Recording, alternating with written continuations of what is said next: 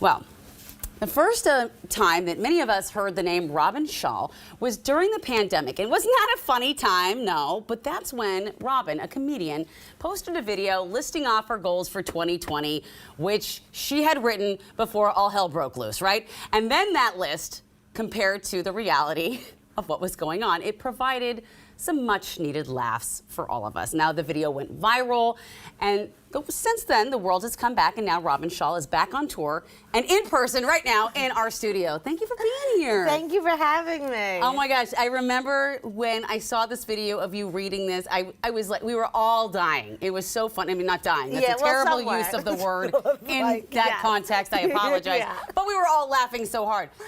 That was a launchpad moment for your career, wasn't it? Yeah, well, I'd been doing stand-up at that point 10 years, and I was alone in my apartment. I had under 1,000 followers on TikTok, and I found this goal list, and I thought it was hilarious that everything I wanted to happen, the opposite happened for the entire world. It was maybe half a bottle deep of wine. Yeah, you know, weren't we all? How we all were during the pandemic. And I posted the video. I didn't think much of it. I thought it was really funny. I thought my 1,000 followers would find it funny, and then my career exploded after that. Jennifer Garner found it funny. She shared it with her friend Drew Barrymore, and it just, you know, that's crazy. Yeah. I want to talk about your goals, because you're kind of a goal-oriented person. Yeah. That journal that you write in.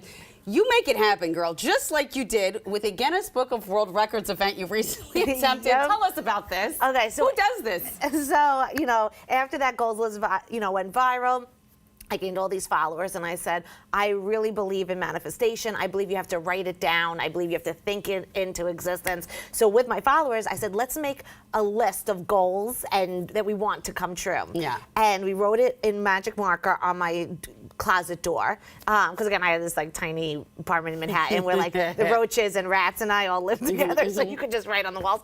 And one by one, things came true. Like we wanted to meet with Oprah. Oprah reached out. Stop it. I wanted Kim Kardashian to send me her perfume. She sent the perfume. Like we made all these random goals. And so now every year, my followers and I together, like I put up a box, they write in and I pick a few, come up with goals. And donut stacking was a goal. Well, someone said beat a Guinness World Record. And I was like, that sounds like a great idea. So I wrote it on the door and I started doing some research and I saw someone had done 12 donuts in 1 minute. I'm like, well, I could do 13.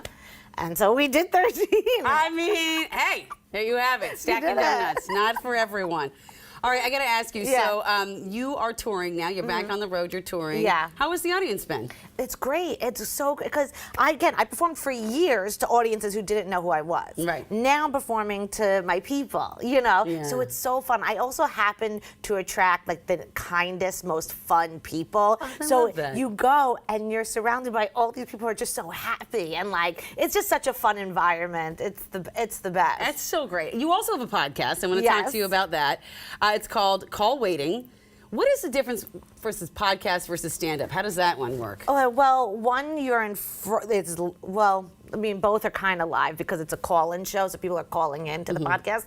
But there's something with stand-up where you're live. There's no safety net. There's no, can we take that back or can you cut that? Yeah. I mean, when you're live, there's this energy in the room that is like nothing else, you know? You don't know what's going to happen. You don't know what people are going to say. Right. I don't know what I'm going to say half the time.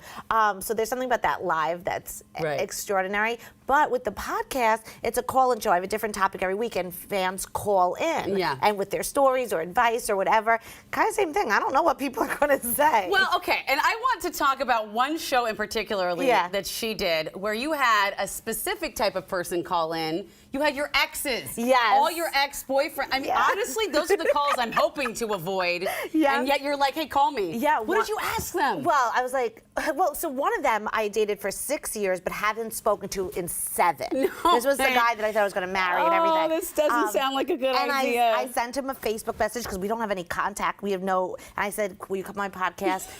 And he was like, yeah. And I asked him everything from like what was the worst part of dating me to the best part of dating me. No. Yeah, but it ended up being Was he honest? He was. I happen to have really nice exes, so that's why I was able to do this. like none of them really Oh, sorry. None of them really, beep that out, please. None of them really, like, said anything too terrible. Okay, that's good. They all had, like, nice things to say and vice versa, so it wasn't that bad. It was a little awkward, and it did actually get emotional because I'm sure it did. we went over the breakup, which we hadn't talked about because we broke up and then never spoke again. All right. I got to ask you something. Yeah. I always ask, whenever I interview a comedian, I have to ask, what do you do when you're on stage and a joke doesn't land? Never happened. Okay. Never happens. Not for me. Okay. You know what?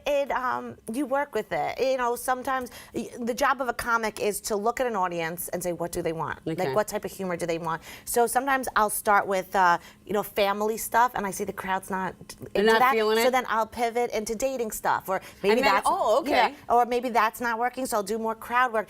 That's your job, is to say, okay, this is what they want. And It's really a tough job, and I Yeah. don't think people realize how much energy it takes, and it's just so wonderful to see more women in comedy, right? Yeah, you know what? It's tough, but it's also so rewarding, especially in hard times, which we're always in, especially now. To then see people laugh and get that moment of release, it's so rewarding as a person Yeah. to get to experience that.